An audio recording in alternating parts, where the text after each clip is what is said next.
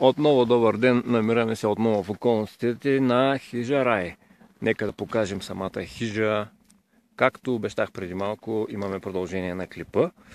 Току-що получих връзка от клуб Sky Nomad, от Иво от Велико Търново, който ми каза, по-точно ме успокои, че никой не лети на Сопот и вече мога спокойно така да се наслаждавам на красотите, които наоколо ме обгръщат, така да се каже.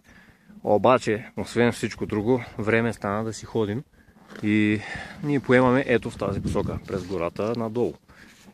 Колкото и да не ми се иска да напусна тези прекрасни скали, така огряти от ноемврийското слънце и този прекрасен водопад, няма как, трябва да ходим, защото в гората, както имаше на една табелка долу, бродят мечки, особено нощем. И ние трябва да замъркваме, а имаме път надолу все пак.